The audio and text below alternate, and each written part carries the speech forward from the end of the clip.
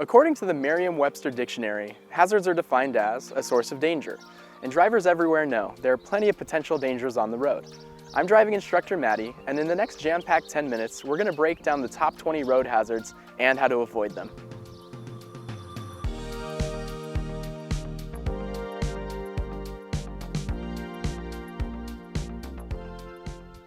Road hazards are anything you encounter while driving that may be dangerous or have the potential to become dangerous.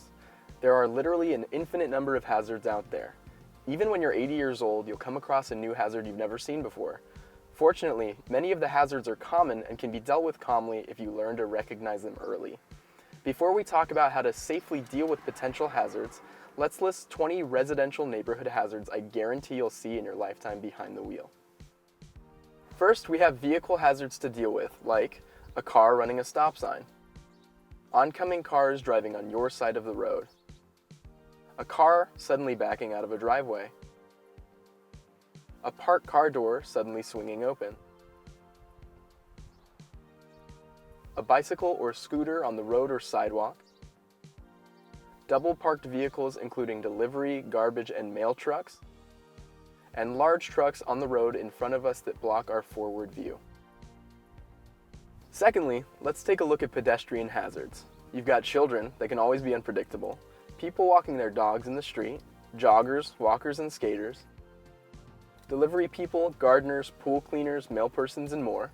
Next, let's take a second to consider hazards with the road itself.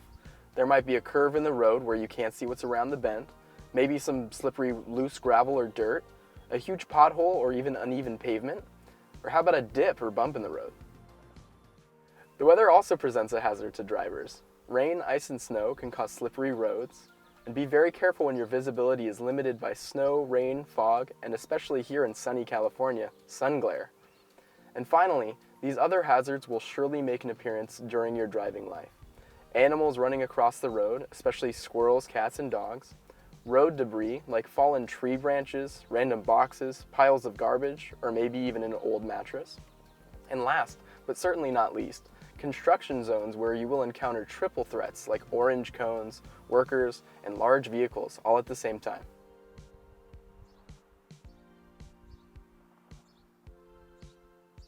Now that we know the kinds of hazards to anticipate, how do we identify and avoid them? The answer is quite simple, really. Increase your visual lead time so that you can take in the big picture. Don't stare at the road directly in front of you. Instead, look further down the road at where you'll be in 10 to 15 seconds. This will magically alert you to many potential problems before they become an actual problem. Keep those eyes constantly moving, always scanning the road and checking your mirrors to be aware of your surroundings, both in front of and behind you. Always expect the unexpected and prepare for the worst. When you do identify a potential hazard, take your foot off the accelerator, cover your brake immediately, and prepare to slow down. Notice the emphasis on potential hazard. That means, don't wait for something to become dangerous before reacting to it. Be proactive. As soon as you spot the potential danger, get your foot off the accelerator and ready for the brake. Be prepared to react accordingly.